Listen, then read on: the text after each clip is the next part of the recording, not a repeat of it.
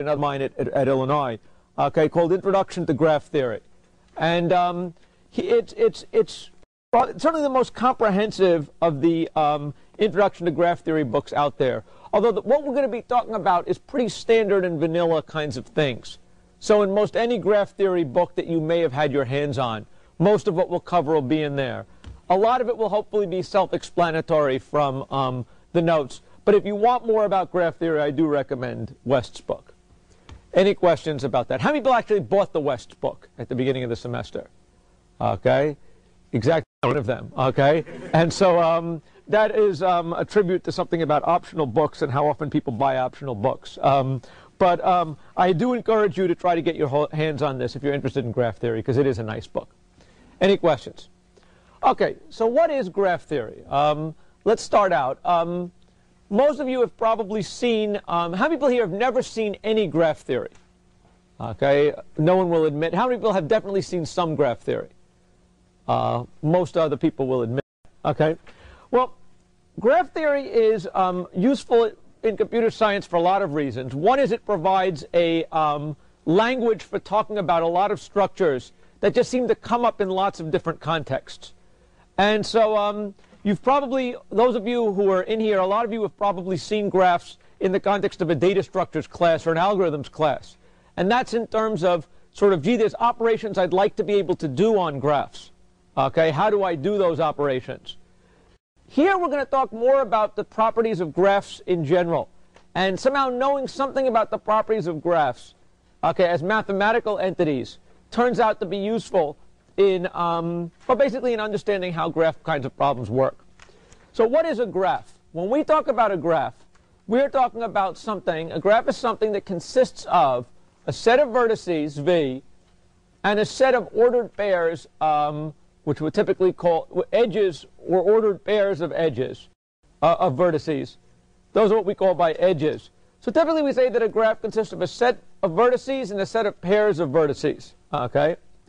Now, the reason why graphs are so important, if you want to think about it, is that fundamentally they represent relationships between sets. Okay? Certain pairs of things can be related to each other.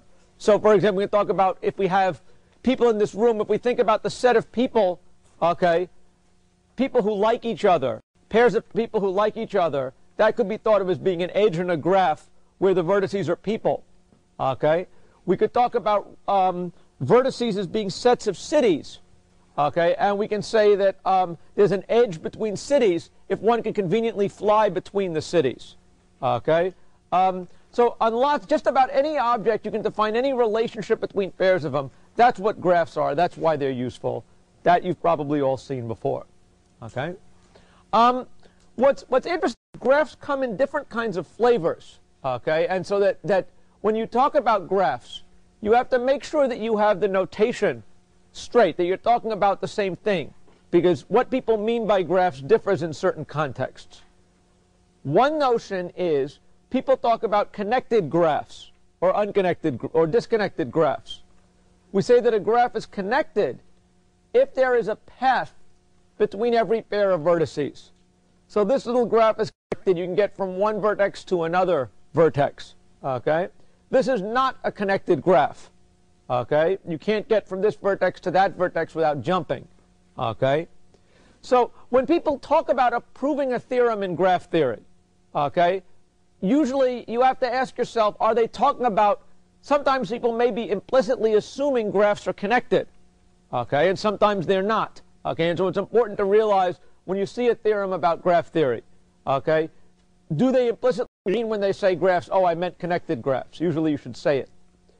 Another notion of graph that comes up and distinguishes things between whether a graph is simple or not, okay, we say that a graph is simple if it has no self-loops and only one pair of edges between vertices. So if we were going to go draw a picture here, I can say here we've got a graph that is, here we have a set of, 5 vertices. This graph so far is simple. We might have an edge that goes back to itself, okay? So what would, in the friendship graph, if we divide a graph where the vertices are people, what would a self loop in that graph represent? Okay? What would an edge that went from a vertex to itself represent if the vertices were people and the relationship was friendship? What would it mean? Somebody's own friend, okay, which is kind of nice to think about. But when you talk about your notion of friends, that may or may not mess up your idea, okay? So when you talk about graphs, we say that, and what would it be if we have more than one edges between pairs of friends, okay? It may be that this guy is sort of their friend 3 times over or something like that, okay? The idea of multiple edges may or may not have meaning depending upon the context of the graph. In the graph of friendship, where we have vertices being people and a relationship being friends, I would argue that multiple edges don't really make that much sense. But in the idea, if we think of a road network, where this is Stony Brook and this is New York City, multiple edges do make a lot of differences, because that would mean that this is the Long Island Expressway, the Northern State, other alternate routes to get there. So in certain contexts, multiple edges will make sense. In certain contexts, self-loops will make sense. In certain contexts, none of them make sense. Okay? And so one thing to realize when you're dealing with graph theory, when you're talking about properties of graphs, it's important to know whether you're dealing with a simple graph. Okay? Simple means no self-loops and no multi-edges. Most of the graph theoretic results we'll talk about really will hold for only simple graphs. Okay? But again, I may be sloppy about the notation. So you have to keep in mind, do you mean multigraph? Do you mean self-loops? The other sort of classification of graphs you have to realize we talk about typically are undirected or directed. Namely, we say that a graph is undirected if an edge between vertex BA implies the edge AB. Okay, so in the friendship graph, an undirected friendship graph, okay, would mean that if I'm your friend, you're my friend. By my notion of friendship, I'd like to think that the friendship graph is an undirected graph. Okay? Now, some other people may have different notions of friendship, okay? And that may be modeled then as directed graphs or not. But it's important when you, the first question you should ask yourself when you're trying to model something as a graph or trying to analyze a theorem in graph theory is to make sure that you know, is your graph going to be connected? Is your graph going to be simple? And is your graph going to be directed or not? Okay? Because a lot of pretty theorems will hold for some subset of these, graphs which are some subset of these, but not others. Okay? Usually I'll be talking about simple, connected, and undirected graphs, but not always. Any questions about the definitions? Okay, good. Now,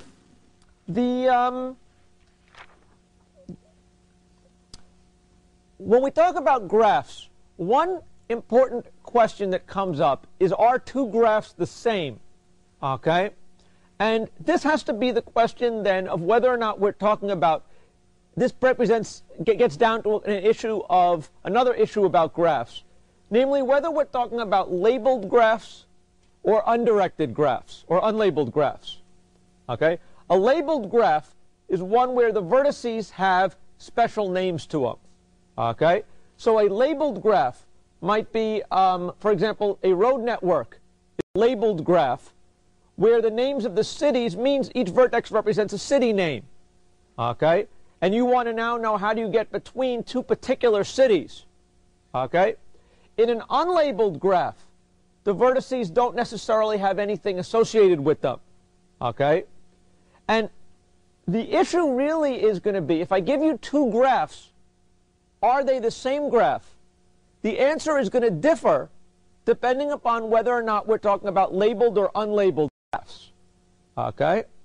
If you've got, are these two graphs the same graph is really what I ask you now. Okay?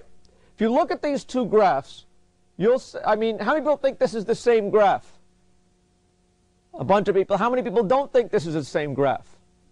Okay? No one will say they don't think that it's the same graph. Well, but the truth is it depends upon whether you're talking about, are you talking about labeled or unlabeled graphs? Okay? These are the same, actually, okay, actually take it back. These two graphs are the same regardless of what you say. Excuse me, right? Okay, there's no way you can make them different. Okay, at least the way structurally I think about it. But here's a better example. Okay, here we have two graphs which are structurally the same, but the vertex labels are different.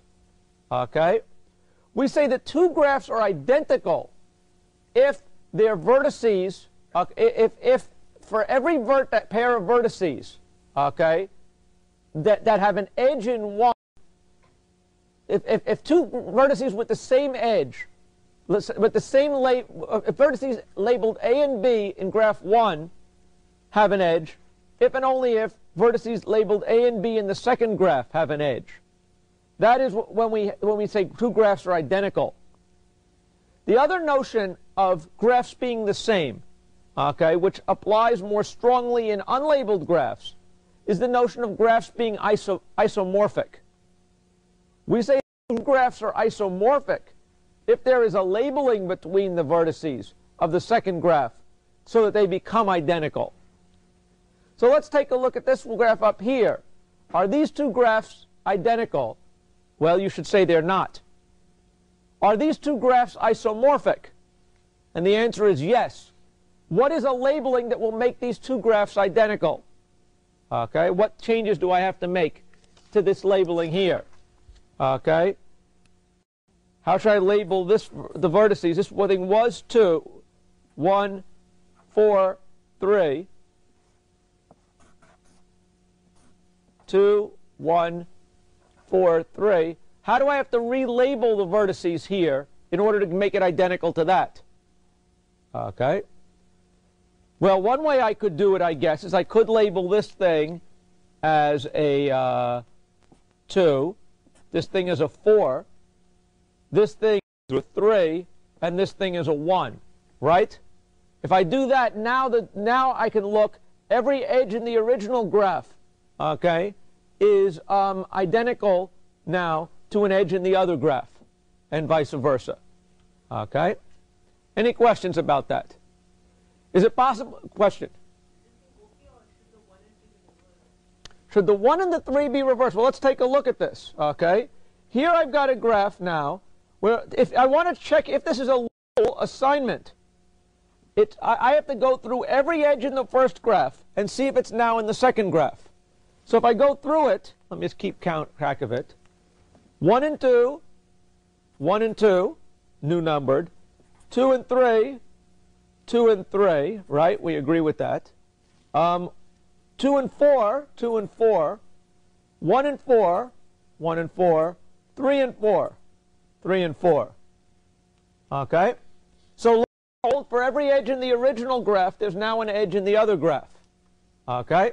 Now, what you're getting at, though, is there might be more than one way to label those vertices. Does everybody see that and agree with that? That there might be more than one way to label the vertices to make things identical. Can anybody give me a graph that has lots of different ways to make it? Let's say, can anyone give me a graph that there's lots of different ways to label the vertices such that everything's all isomorphic? Can anyone specify a graph that would be, yeah? You're saying if I delete the middle edge, okay, now I've got a cycle. If I have a cycle of n vertices, 1, 2, 3, dot, dot, dot, up to n, how many different ways are there going to be to label the vertices of that such that I get an isomorphic result? I claim that there's n such labelings, right? I could start, if I start, this is the first vertex. Actually, maybe there's 2n. Let's stop and think about it.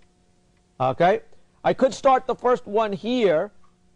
Let's write for n equals 4. I could label it 1, 2, 3, 4.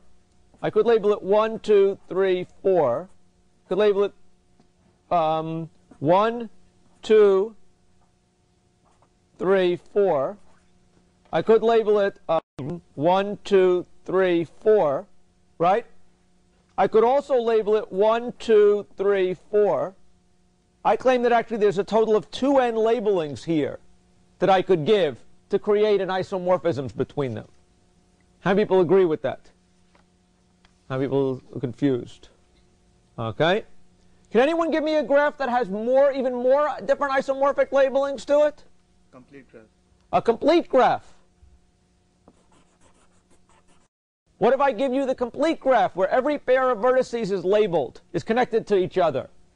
How many different ways can I label this thing to create an isomorphic graph if I have n vertices? N factorial, right? Any permutation of the vertices, any way I label these things. So long as I don't label any vertex more than once, I get the same graph, right? So there's an example of a graph that can be labeled in lots and lots of different ways. Can anybody give me a graph that can be labeled in only one way? Let's just stop and think about it. Okay? That's actually an interesting question. Can anyone give me a graph that can be labeled in only one way? What? A single node certainly can only be labeled one way. Okay, that's cheating. Okay? Is there any other way graph that we can think of that has only one such thing? Okay? It's sometimes what we want to say. We say that a labeling of a graph to itself such that it's isomorphic, we call that an automorphism, to be technical about it. And the question then is now, can you show me a graph that has a small number of automorphisms? Okay? Does anybody have any proposal? I think something like this might work. Let's just try it. Actually, I'm flying a little bit blind. Actually, if I did this and did this, might this be true? That this is going to be that every vertex here is going to be different. Okay? I can't label. Let's just stop and think if this is right. There's only going to be one vertex of degree 2. If you think about how you want to label it, there's only going to be one. Let's say we label this 1, 2, 3, 4, 5, 6. There's only one vertex of degree 2, right? So that's always got to be labeled the same, correct? So there's not going to be any labeling where this is going to be labeled anything but 1, right? And what about this guy? Here's somebody of degree 4. The degree of a vertex is the number of edges adjacent to it, right? So this is the unique one that's going to be of degree 4, right? Okay, and there's nobody else who's going to be mucking with that one. We now know that this vertex is going to be the only one of degree 1 connected to a degree 4 one, right? So this vertex is going to be different than this vertex, and this vertex are both of degree 1. But somehow this one's different. This is connected to something of degree 4, and this is connected to degree 3, right?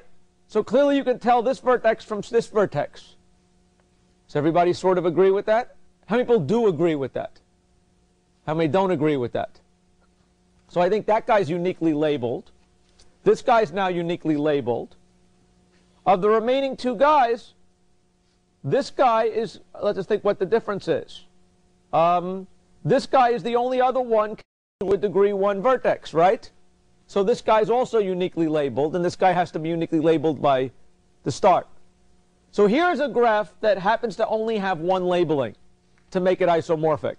Others have lots of different labelings to do so. Okay? Any questions about that? Okay? So what's interesting about this whole notion of isomorphism is that it gives us a way to talk about graphs being the same. Okay? In graph theory, we're usually going to be talking about non-isomorphic. We're going to be talking about unlabeled graphs. Okay? And we're going to be wanting to prove properties about graphs. Is it connected? Okay? What's the girth of a graph? What is the the vertex cover size of a graph? Okay? These are going to be properties of the graph that are really properties of unlabeled graphs. Okay? And another way to say what isomorphic means is that we say two graphs are isomorphic if for all invariants or properties of the graph that are independent of labeling, the invariants are equal. So could someone give me an example of an invariant of a graph? Well, the number of vertices is an invariant, right? A graph has a number of vertices n regardless of how you label it. Okay, the number of edges is an invariant.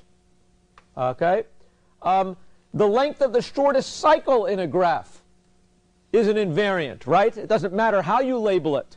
Okay, what that cycle corresponds to might change if you labeled the vertices different. Instead of going from x to y to z, it might go from p to q to w. But it's still there. So an invariant is a property that's independent of labeling. Okay? And two graphs are isomorphic if for all invariants they're the same. That means that they're the same. Any questions? So here we have two graphs. Okay, are these graphs isomorphic? Okay, well, if you look at the slide, you'll see the answer is no. Well, why are they not isomorphic? You can look at this thing and says, well, look, this thing's got degree 2, this thing's got degree 2, this thing's got 3 vertices of degree 2, and 2 vertices of degree 3, right? What does the graph have? 2 vertices of degree 3 and 3 vertices of degree 2. So that test, by that test, the two graphs are still the same, right? Their sequence of degrees is the same. But there's some other property in which they differ. Okay? The property which they differ in, for example, is the length of the shortest cycle. This thing has a cycle of length 3, right? 1, 2, 3. This does not have a cycle of length, has shortest cycle of length 4. 1, 2, 3, 4. 1, 2, 3, 4. Okay? I think that's right. Okay? Any questions? Okay? Good. So, if you want to think of what graph theory is, in a nutshell, graph theory is the study of invariants of graphs, properties that hold regardless of labeling. And in some sense, what we're going to talk about, the way I want to structure the next 3 weeks worth of lectures is each day I'm going to talk about a particular kind of graph invariant. Okay? And today we'll talk about the simplest kind of invariant, which has to do with its degrees. Okay?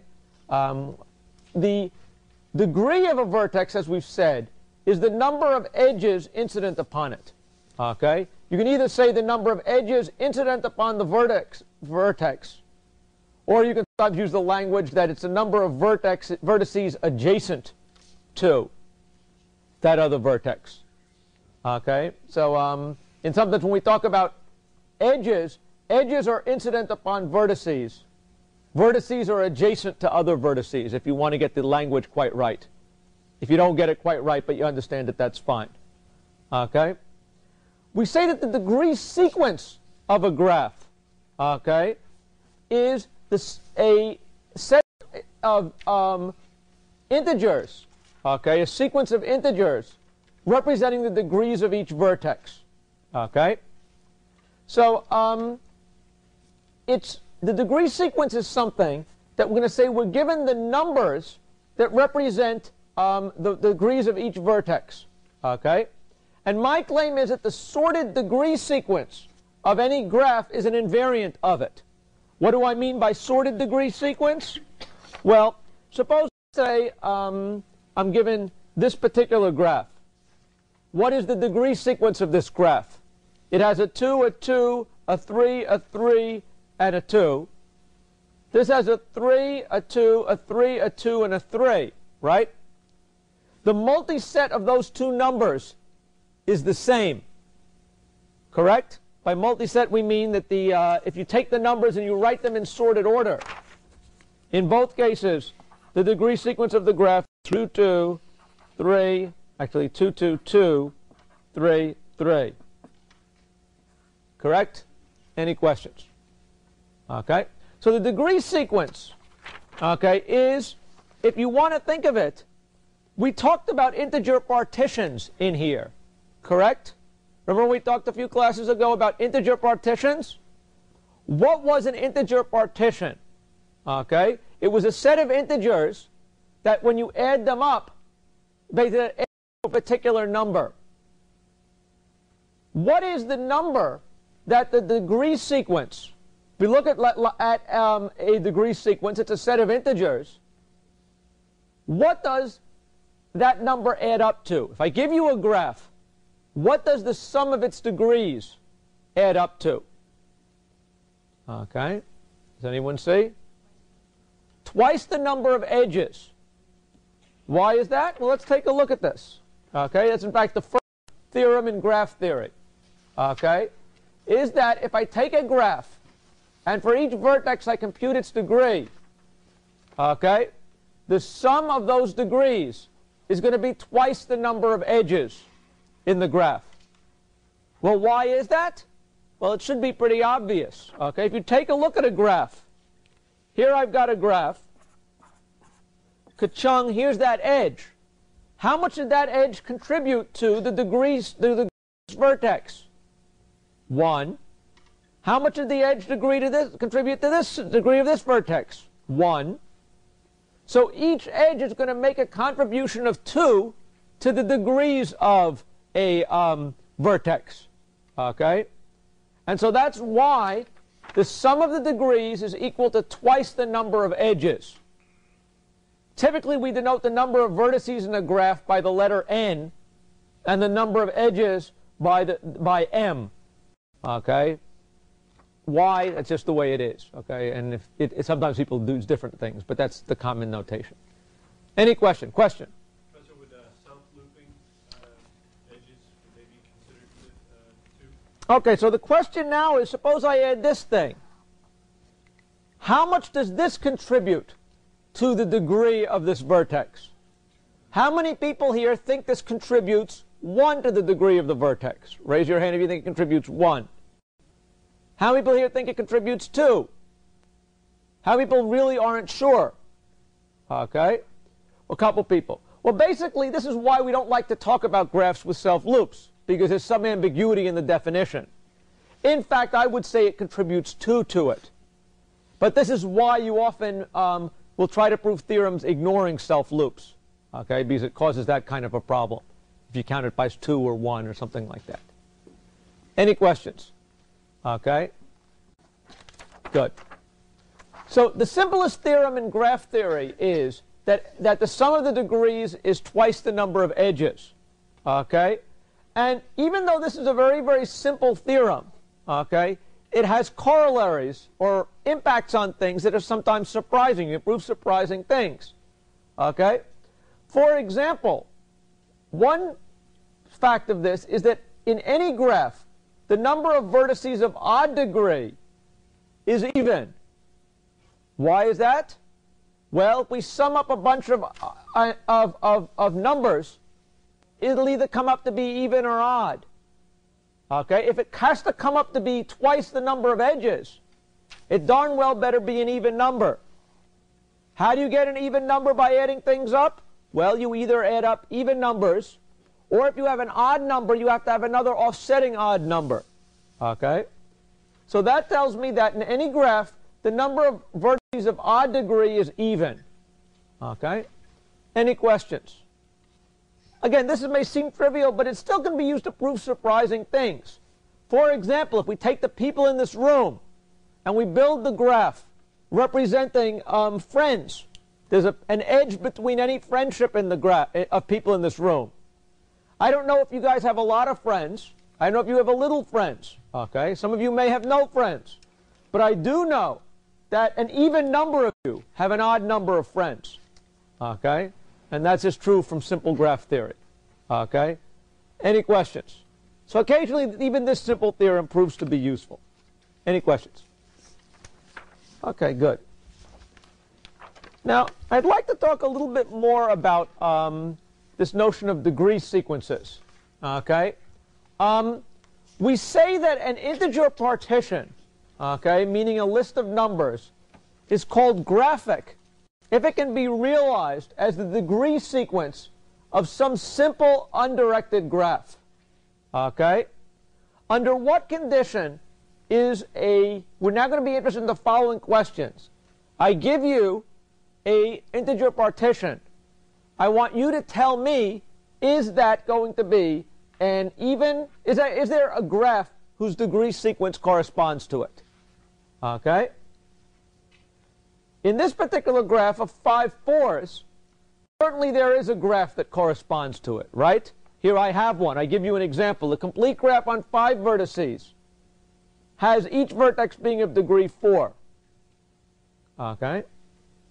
here we have a graph. What if I give you a graph on 6 vertices with each degree 1? Is there a graph that realizes that? My claim is the following graph does realize that degree sequence, namely an isolated set of 3 edges. Is there any connected graph on 6 vertices, each of whose degree is 1? Okay. I mean, is there any way that we could have made this graph connected? Okay, given that it had that degree sequence. Okay. I claim the answer is no. Because somehow once you have a vertex of degree 1, it can only be connected to 2 things, to one other thing. Okay? And that doesn't leave you much flexibility to tie things together. Correct? So there isn't any way to make this a connected graph, but there is a way to make a graph like that. Any questions? What if I give you a degree sequence of 7 1s? Okay?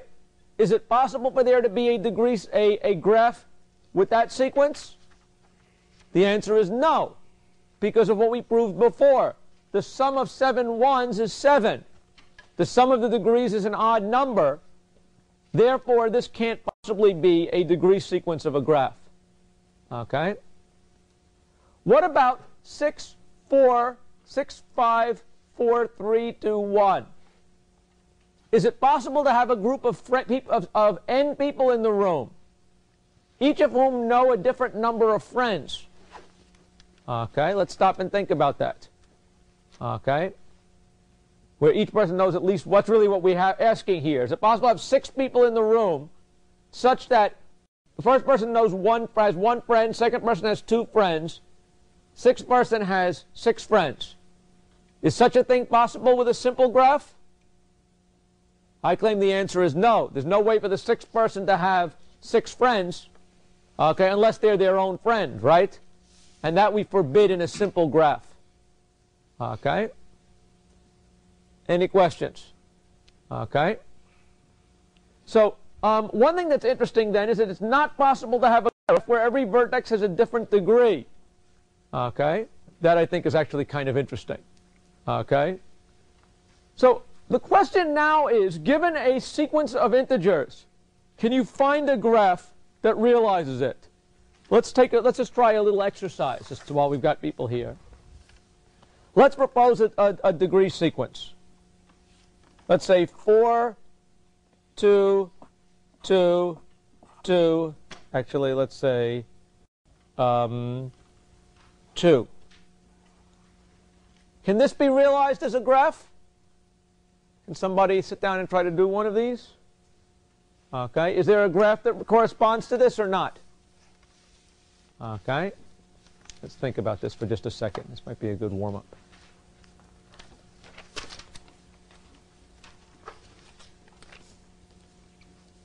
Okay. First person who says yes, let me know. Okay, so the answer is yes? It's a fan. So you want to claim that if I have the central vertex, I've got 5 vertices, one of which is going to be of degree 4. Okay. Once I take care of that guy, I now, in fact, am done. Actually, no, now I still need to connect. What do I still need to do? Okay, I still need to get, in order for each one to be of degree 2, okay, it's not a fan, but I will claim it's a butterfly. Okay, that this butterfly, in fact, does yield that. Okay. Okay, whereas the fan did not. The fan would be the degree sequence 4, 3, 3, 3, 3, right? That's what you meant by a fan. Okay? Any questions? So the problem we're going to be interested in now, okay, is to analyze the degree sequences of graphs. Under what condition does a degree sequence realizable?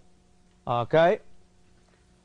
And I claim that there's 2 different conditions that are known. There's probably more than that, but 2 different conditions I'm going to mention for testing whether or not a graph has a degree sequence is a graph, corresponds to a graph. Okay? The first claims that the degree sequence of an even integer, Okay, meaning the sum has to add up to an even total. It has to add up to an even total. Okay, so I've got parts d1 through dn, where d1 is greater than or equal to d2 dot dot dot. So they're sorted in decreasing order. The biggest one is less than n. Okay. My claim is that it corresponds to a simple graph if and only if the partition d2 minus 1 dot dot dot, we take the degree of the largest degree, subtract 1 from the d1 highest degree vertices in the graph, and delete the first integer from the list. This partition is graphical if and only if that partition is graphical. Okay? How many people don't yet see understand the condition? Raise your hand if you don't. Good. Okay. What I'm saying here is that here we have a partition on n parts corresponding to the n vertices. Here I've got a partition on n minus 1 parts. So this is strictly a smaller number of parts. What I claim is that this sequence, if d1 is the largest degree vertex, and all of these are sorted by decreasing order, okay, I'm claiming that if you take you take the second through d1 plus first vertices, namely the d1 largest vertices except for d1, subtract 1 from each of those, and delete d1, the first part. You've got a partition on n vertices. Okay? My claim is that this thing is graphical if and only that this partition here is graphical if and only if that partition is graphical. Any questions? Like, I don't know, could you explain the condition again? Would be a good question. Any questions? Okay? So this gives us a way to test it, because we're each going to be making the partition smaller. Eventually, we get down to a partition on 2 vertices. Someone described to me all the partitions on 2 vertices that are graphical. Or would be one that is graphical. I claim 1, 1 is. That's on 2 vertices. What's another partition on 2 vertices that is graphical? 0, 0, right? So any other one? Not if it's going to be a simple graph, it's not, right? You can either have an edge or you don't have an edge. Okay? And so that gives us a basis case to test this thing out once we understand the condition. Any questions? Okay? So how do we prove such a thing like this? Okay? Well, any proof of a graph theory condition is usually an if and only if test. Okay? So you've got to prove the 2 parts separately, the if and the only if condition. The if condition says that this degree sequence is graphical. The big graphical condition sequence, the sequence on n parts, is graphical if this sequence on n minus 1 parts is graphical. Does anybody see why that's got to be true? Okay. Why is it the case that if this is in fact graphical, the whole partition was graphical? Can anybody? Graphical means that there exists a graph for it. Does anybody see why, if this partition is graphical, that means that one has to be graphical? Okay.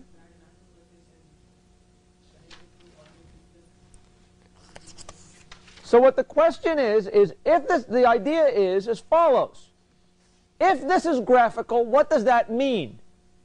That means that there exists a graph realizing this, right? So here is the graph. Okay, maybe it's more a graphic than a graph, right? But what does it say? In this one, this partition is graphical. We can go and find which are the vertices that correspond to these degrees, right? there's going to be D1 vertices corresponding to those degrees, right? I can now add another vertex, okay? And now I've raised all of those degrees by 1, right? And I've got one vertex, this vertex here has degree D1. So my claim is if this is graphical, it should be clear that this has to be graphical. Okay? Any questions about that? Okay? That part of the clause should be pretty easy to see. Okay? And again, a lot of the proofs in graph theory are constructive kind of proofs.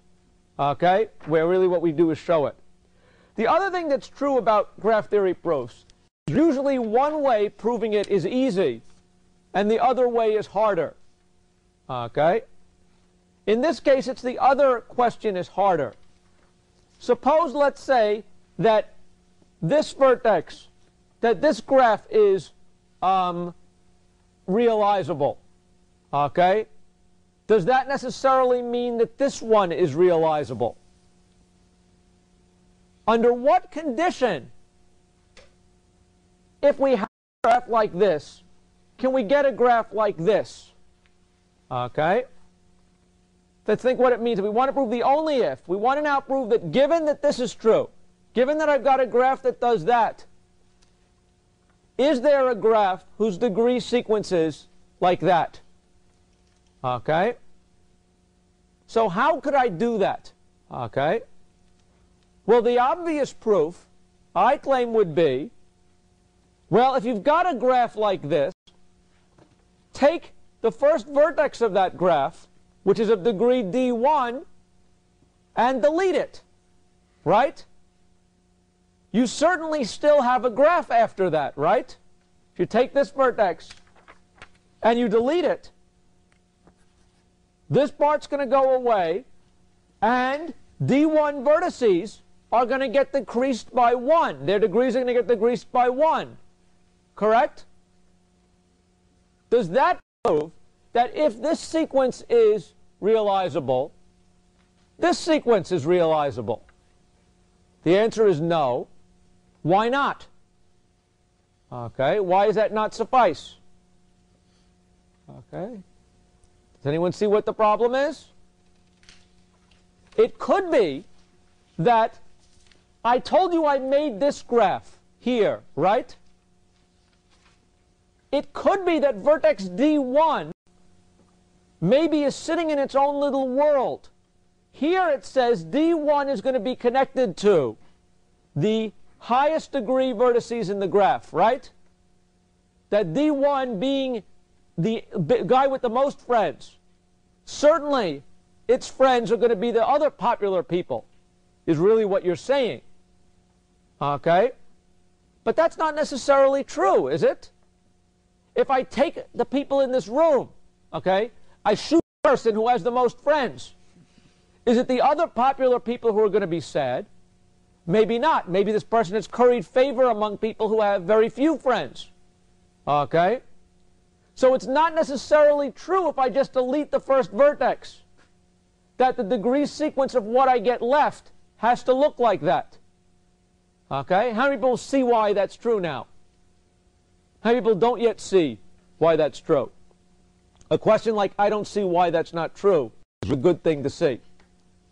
Because one thing that's also true about graph theory is a lot of the proofs are sort of slippery. Things that seem like they're obvious often tend not to be true.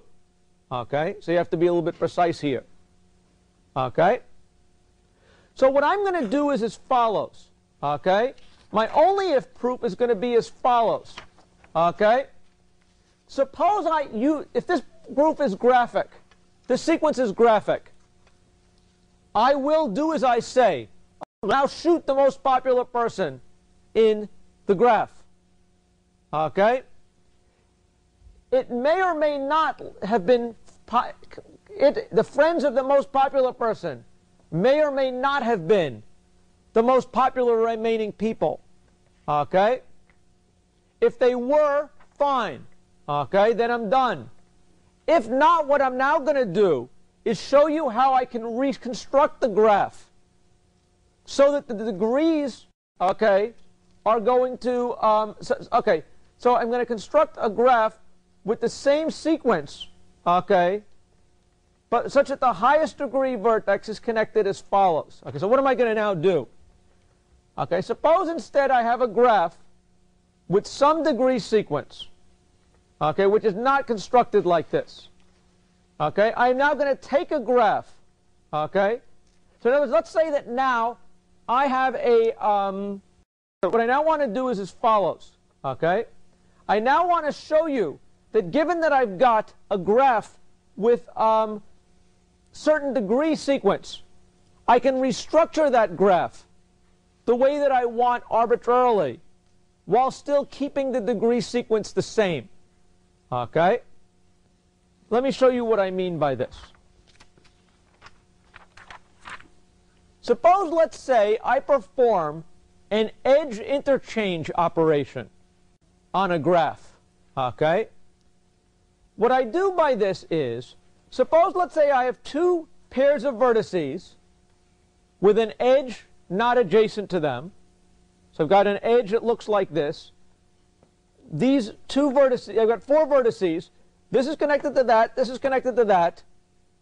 This is not connected to either of those. This is not connected to either of those. Okay?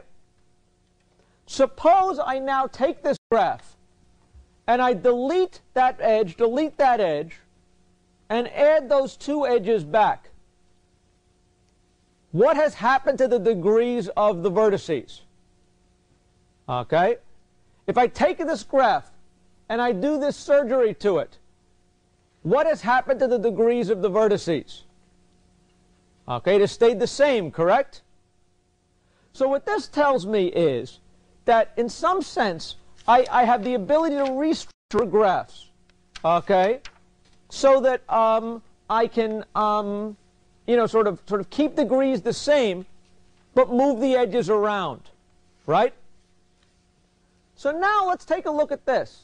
Suppose we have that vertex V1 is adjacent to Vj, but not to Vk, okay, where Vk has a higher degree than Vj, okay, meaning V1 is connected to somebody, okay, who's not connected to the most popular guy, but V1 is connected to somebody less popular. By definition, then, there will be another guy. This guy's more popular than this guy, right? This is going to be more popular than that one. That means there exists somebody that this guy is friendly with, who this guy is not friendly with. Does everybody agree? That if V1 is adjacent to V2, Vj, but Vk is more popular than Vj, there has to be somebody who Vk knows who this guy doesn't know, correct? If that's true, then we can do this kind of a swap, okay, where now there is an edge, okay, where now V1 is adjacent to a higher degree graph than before. Okay, does everybody agree with that? Here V1 was not adjacent to the highest degree guy. There was somebody else out there higher. Therefore, there had to be somebody who the higher guy knew, who V1's crony did not know. Correct? Therefore, there exists an appropriate set of four vertices where we could do kind of a swap. Correct? So what does this mean? Get back to the big picture. V1 here, who we'll really call back to here, was D1, the vertex here of degree D1. In the graph you gave me here, was not connected to the most popular other guy. Okay? Well, I claim, therefore, if it's not connected to the most popular other guy, I could now find, therefore there has to be a legal swap I can do, such that the degrees stay the same, and V1 is now adjacent to the popular guy. How many people believe that? Okay, how many people don't believe that? Okay, a couple people. let's agree with the following. Suppose, let's say, I show you how, if I give you a graph with this sequence, I could restructure it by doing edge swaps such that the highest degree vertex was connected to all the other higher degree vertices. If I could show you how to take any graph with this sequence and make it so that the first vertex is connected to all the other high degree vertices, then that's proven that this has to be realizable, because then I can delete it and get this. Okay? Do people agree with that? So now, how do I show I can get that? Well, suppose D1 was not connected to D2 in this graph. Okay? D1 was not connected to the most popular guy. Well, here's the most popular guy. Here is someone V1 is connected to instead. If this guy is very popular, more popular than this guy, then darn it, this guy has to know somebody, okay, who this one does not know. That means that I've got this kind of a relationship between the four vertices. If I have this kind of relationship, I can do this swap. The degrees stay the same. The graph, however, has changed, and it has changed in a way that V1 is now connected to the in guy crowd. So basically what I've just proven is that without changing the number of friends, okay, I can rearrange things so the popular people are friends with the popular people. Okay, and that's what I need to prove this result. Okay, any questions? Okay, again, so it's kind of an interesting result. Okay, it gives me a test to show whether or not any pair of vertices are connected. Let me show you an example of this, because it's kind of an interesting little process. Suppose I want to show that 5, 5, 3, 3, 2, 2, 2 is a graphic sequence. What do I want to do by my test? I want to take the highest number and say, well, I will delete one. It's going to be connected to 5.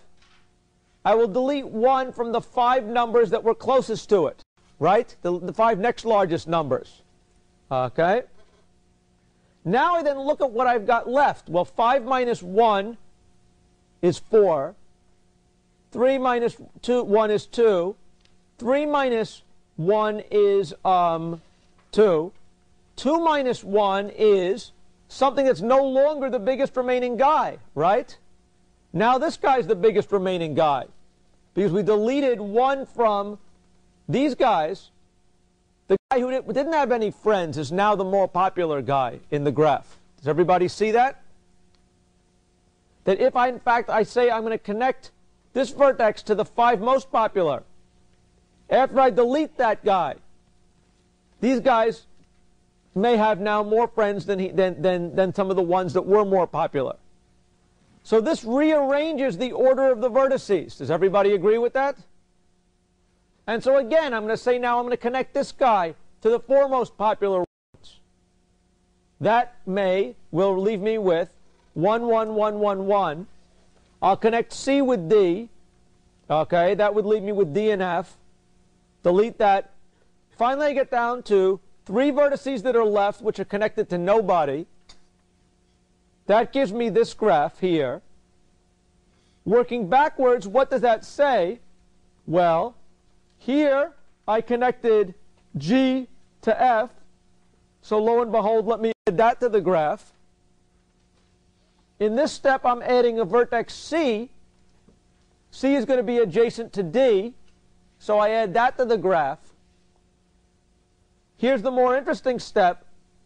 4, it was going to be made adjacent to C, D, G, and F. So B is adjacent to C, G, D. Okay, no. B is going to be adjacent to C, D, G, E. B is adjacent to C, G, D, and E. G was already connected to F, so I've got this graph here. Okay, does everybody see that it uniquely specifies how to reconstruct it? Okay, and by working backwards, okay, again, now with the final step, A is going to be connected to B, C, D, E, and F, and lo and behold it is A, B, C, D, E, and F. Any questions? Okay, so think about it. It's a little bit more subtle how the subtraction permutes things. Okay, but I urge you to go through the example to make sure you understand how the theorem works. Any questions about that? Okay, so why is this interesting? Well, it's a first non-trivial theorem in graph theory. Second of all, it shows us a mechanism to reconstruct graphs without changing degrees. That's actually this edge interchange operation is useful to construct all kinds of different graphs. If you want to show how to change a graph and walk from one graph to another, that edge interchange operation is useful. And finally, it gives us a way to test if a partition is graphic or not. Any questions? Okay. I'd like to briefly mention one other condition for testing whether or not a graph is a partition is graphical, and it's due to this man. Does anybody know who this man is? Okay, does anyone know who this fellow is? Okay, he recently passed away. This is Paul Erdős, okay, who was a probably one of the most colorful figures in mathematics over the last 50 years. He's probably the world's most prolific mathematician. Okay, he wrote over his lifetime, he wrote something like 1,600 papers, which if you think about that, that means one every 10 days or so. Okay, and how does one do that? Well, firstly, you have to be very smart. Second of all, you have to have lots of collaborators, and you can't write 1,600 papers with people around you unless they also write 1,600 papers. So he was famous because he toured the world. He didn't really have a permanent address. He lived moving from math department to math department, okay, and would come by, visit a math department, prove theorems with people for a few days, and then move on to another math department, okay, with more interesting people, okay. And so he was really a very, very interesting figure who unfortunately passed away about a year or two ago. He got a front page obituary in the New York Times, which is quite an accomplishment. But more than that, he sort of introduced sort of the whole style. He's sort of a forerunner of a lot of the style of graph theory, which is very much of a problem-oriented thing. People try to find cute problems, they pose them, and they learn new techniques. And from that, they develop different fields. He's one of the ones who invented, I think you already saw a proof by him of when we talked about Ramsey theory.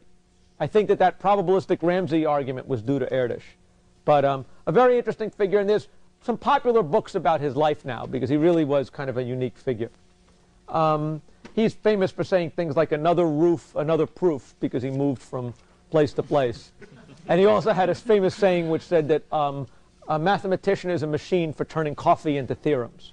That was sort of one of his sayings. He had lots of other interesting stuff. And I'm proud to have actually met him a couple of times and regret that other people won't have that chance.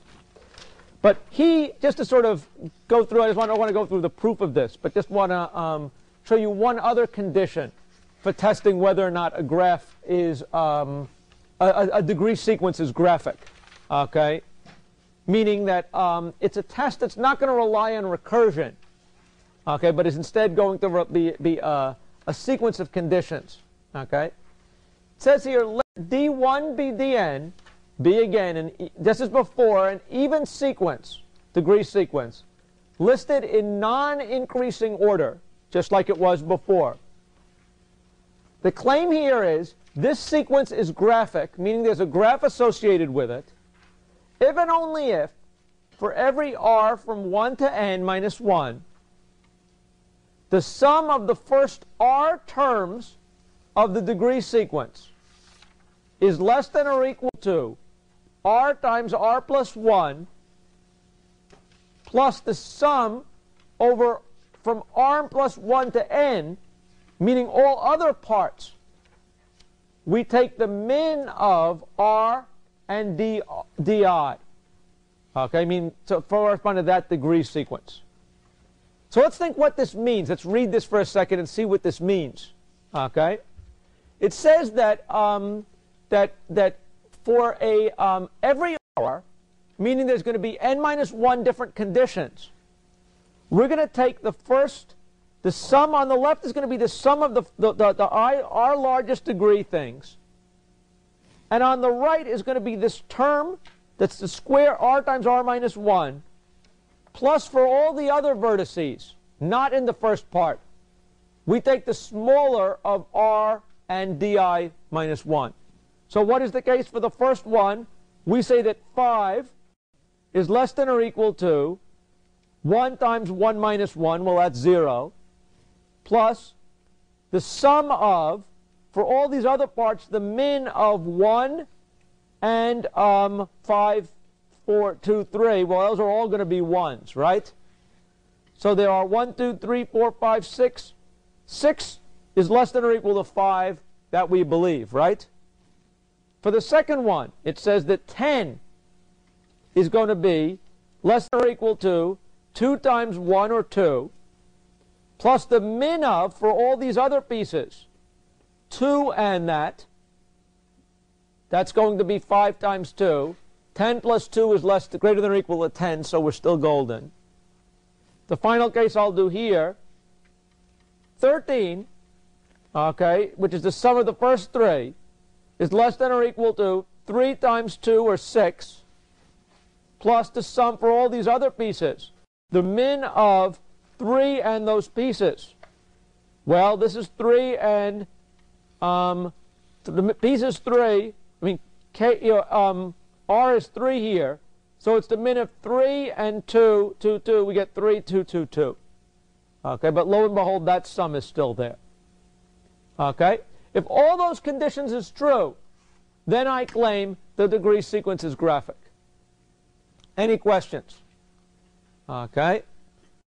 Any intuition as to why that might be? Let's just start to take a look at this thing. Does anybody see any reason for why that theorem might hold? Okay. May seem like magic or mystery. If we look at it in the following way, okay, I'm going to show you an if and only if condition. I'm only going to prove 1/2 of it. Basically what I said here is that, again, the summary is basically that for any R, the sum of the R largest degrees is less than or equal to R times R minus 1 plus, the min for all the other degrees, right? The min of R and all those other degrees. The first thing I'd like to prove to you, remember, if and only if, 2 different cases, is the if part. I claim that if you have a graphic degree sequence, it has to observe that. Why is that? Well, let's look at what a graph looks like. If here I have a graph, again, graphs are usually represented by cloud-shaped things. If here I have a graph, and here I take a look at the the sum of the degrees of the R largest vertices, what is this vertex going to be connected to? Okay? I claim that this vertex can be connected to what? It can be connected to some of its cronies in the set of popular people, right? And it may even be connected to some people outside the popular set, right? So let's think now, what do we know about the degrees of the R most popular vertices? Okay? My claim is, if I have R vertices in here, how many edges can there be? Let's say there's R people, we call them the popular crowd. How many edges could there be to find among vertices in the popular crowd? If I have R vertices here, how many edges might be defined solely between vertices in here? Okay? What's the maximum number of vertices that this guy could be adjacent to in here?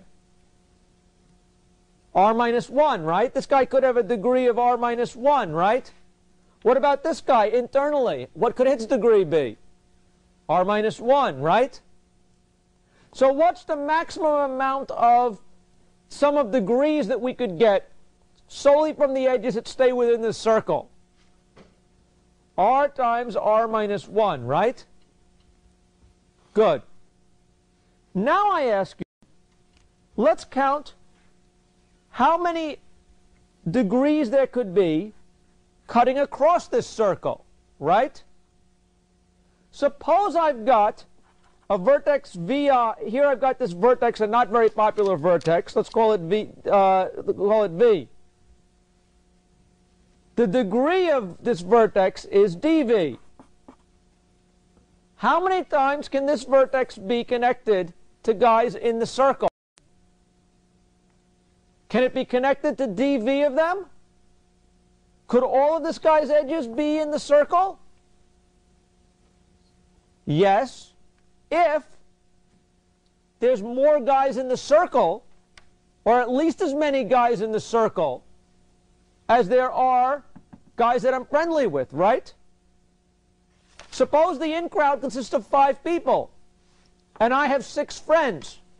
Is it possible that that all my friends are in the in-crowd? No.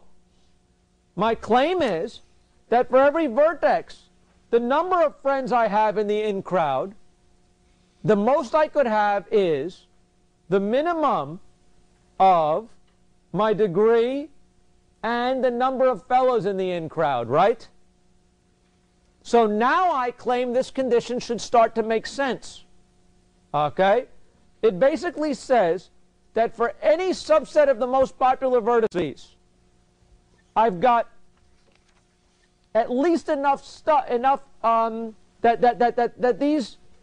I know that the sum of the most popular vertices, their degrees, has got to be less than or equal to, okay, the most that I could get within there and the most I could get from outside. Clearly, if this is ever not true, there's no way the degree sequence could be graphical, right? Okay? So my claim is that this gives us a necessary condition. It's not obvious it's sufficient. And sufficient requires a much more complicated proof. Okay? But does everybody see sort of why at least this part of the statement is true? Okay? Any questions? Okay? So again, that's sort of another sort of interesting result, and gives us a chance to start talking about degree sequences.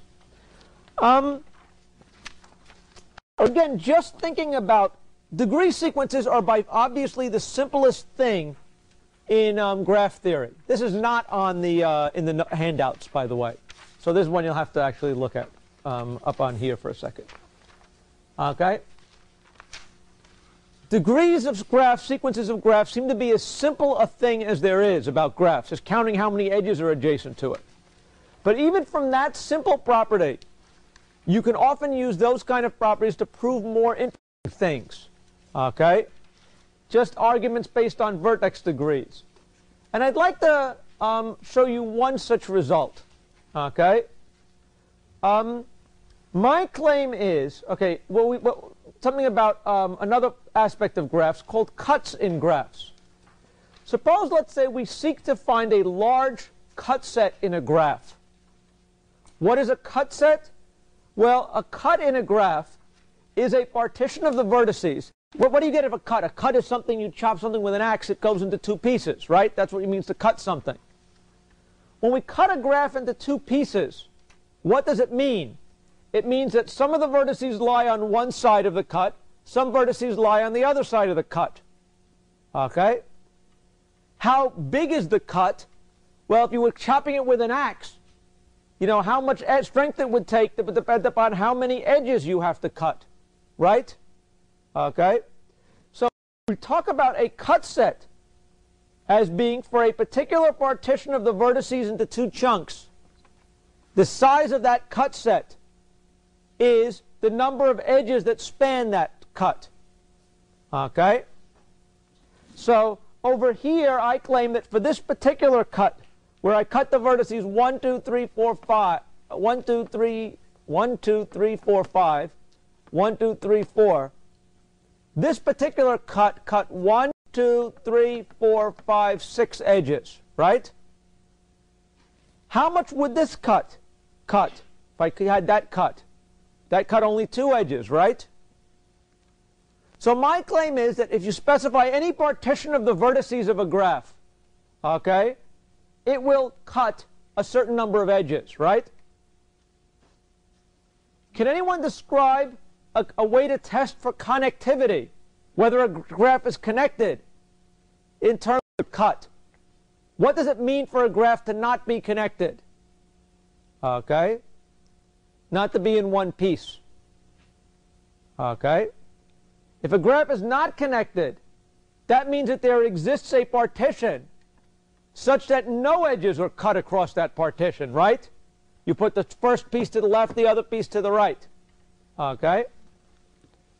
So what I claim is that a partition of the vertices, every partition of the vertices into 2 pieces describes a number of edges that is equivalent, describing that gives a certain number of edges that get cut in that partition. Correct? Okay, good. Now I claim that every single graph in the world, okay, assuming it's a simple graph, okay, maybe even if it's not a simple graph, but I'll just talk about simple graphs. Every graph in the world has a cut set which cuts at least half the edges in the graph. Okay? So let's take a look at this example. I've got 1, 2, 3, 4, 5, 6 edges that get cut by this, right? Okay? How many edges are there in the graph total?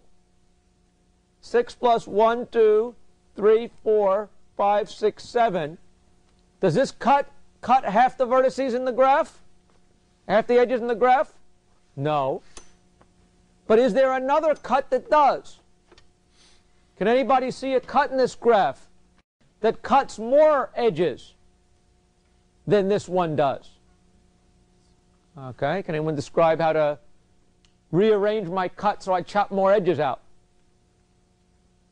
Okay.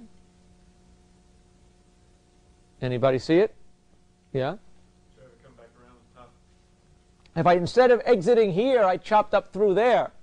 Now I could go, I lose 1 edge, but I pick up 3 more, right? In fact, this was not the biggest cut in the graph. Okay? My claim is that every graph has a cut that cuts at least half the edges, okay, in a graph. Okay? Any questions about what the statement of the theorem is? Okay? How many people think this is surprising, that you can always chop it so you get at least half the edges? How many people don't think it's surprising? How many people don't feel they have enough intuition yet about graphs one way or another? Maybe that we'll hope about. Okay? But here is, I claim, a proof based on just degrees of vertices, that in fact every graph has a cut set of size m over 2. How am I going to do it? I am going to say, well, you give me an arbitrary cut set of that graph. Okay, so here you arbitrarily put the vertices either to the left or the right of my chopping saw. Okay? So here I've got a graph. I put 4 vertices to the left, 3 to the right. Okay? Now I claim if in fact half the edges are cut, then we're done, right? What if half the edges are not cut? Well, my claim is that if half the edges are not cut, okay, it's going to be the case that there exists at least one vertex, okay, whose neighborhood, okay, whose set of vertices it's connected to, more of them are connected to the same side than they are to the other side. Okay? So let's take a look at this one here.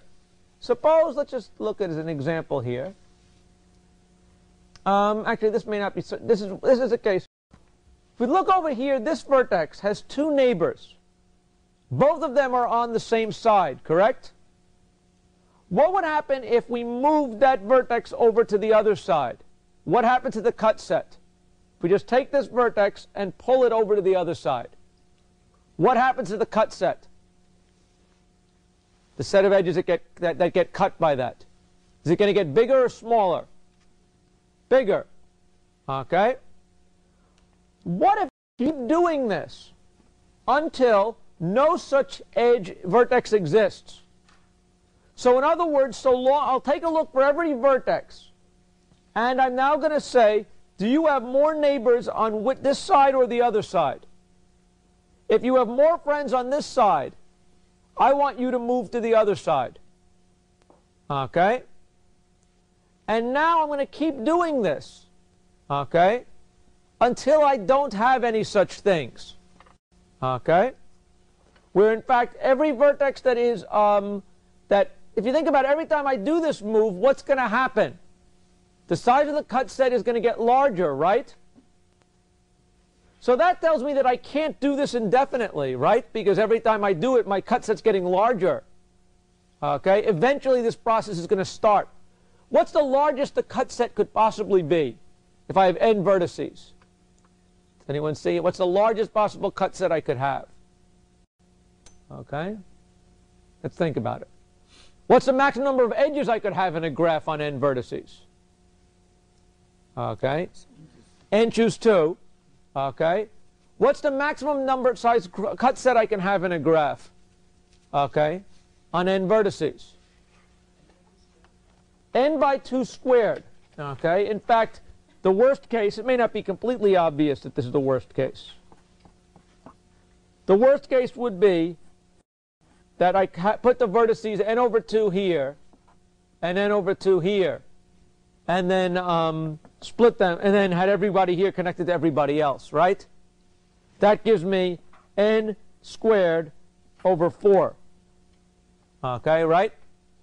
Okay, which in fact is a little bit more than 1/2 of n choose 2. Okay? So in a complete graph, this is the best thing you can do with a complete graph. Okay? Any questions? So now let's take a look at it. You agree with me that given a graph, I could start with an arbitrary partition and move the vertices around till I stop. Why is it that when I'm stopped, do I know that I have cut at least half the graph, vertex edges in the graph? Can anybody see what the punchline is? Why is it that I must have cut at least half the edges in the graph if I move it around like that? Okay. Does anybody see? Okay, think for a second. Well, let's go back to what we know about degree sequences. Okay, or about vertex degrees. At the end, okay, we know that if we take the original degrees of the graph, we sum up all those degrees, we get twice the number of edges, right? Let's now delete everything that is not in the cut set. Meaning, let's now delete all the edges at the end that are where the two endpoints are in fact on the same side of the graph. Okay? Let's now call dc sub I the number of remaining, the degree of the edges that remain. Or equivalently, the number of edges adjacent to vertex I that got cut in our ending partition. Okay? What do we know about di? By definition, at least half of its original edges got cut. Right? Because what did we do? If it had more of its neighbors on the same side of it, we moved it to the other side, right? My claim is that that means that the degree of the vertex in the cut is at least di over 2. How many people see that? How many people don't see that? Okay? By definition, why did we move a vertex? Okay? We moved a vertex, okay, if its degree on the cut, which is, this is going to be 2, that's dc, that's the cut. If the degree here was less than the degree that was not in the cut, we moved it, right? So all we know is that at the end, the degree in the cut has to be greater than or equal to half the original degree, right? So let's look at the graph that we have left. We have a graph where the degree of each vertex, okay, is at least half of what it used to be. The sum of those degrees, then, is at least equal to the number of edges in the graph. Correct? And now we've got a graph such that the sum of the degrees is e. Since each edge in the graph contributes 2 to the degree, in just the cut we know there had to be at least e over 2 edges. Okay?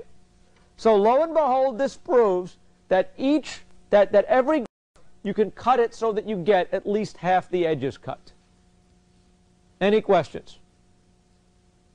Okay.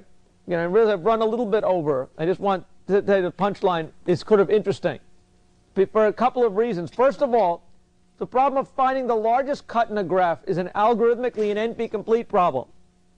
So if you came to me and said, I have an algorithm to efficiently find the largest cut in any graph, I'd say you're lying. Okay, you can't do it. Okay? But if you said, look, I've got a very, very simple algorithm that gets within half the total number of edges, there's nothing wrong with that. So even though the problem of finding the largest cut is hard, finding a decent cut, a pretty large cut, is easy, because I just showed you how to do it. Okay? And this shows that, in fact, you can always get a cut that cuts at least half the edges. Okay? By using a very, very simple algorithm. Any questions? Okay. So degree sequences are good things. Graph degrees are good things. Think about it, and we'll see you next class. Thanks a lot. And if you didn't turn in your test, give me your tests now.